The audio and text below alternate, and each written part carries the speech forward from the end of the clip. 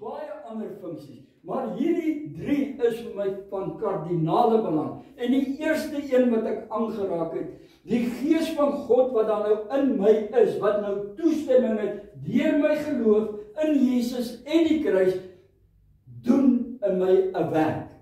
Hy produseer hier binne in my innerlike verandering.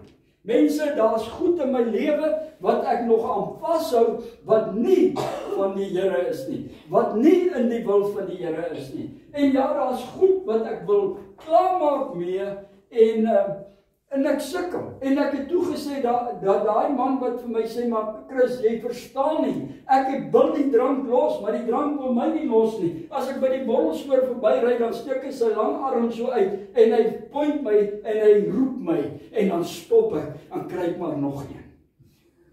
En dan begin dit weer die hele siklus oor. Mense, hoor, as jy vanmôre 'n besluit neem dat jy wil klaar maak met dit, dan eer die Here jou en die krag van jou geloof in Jesus en in die volmaakte werk word geaktiveer en die Gees van die Here maak jou vry.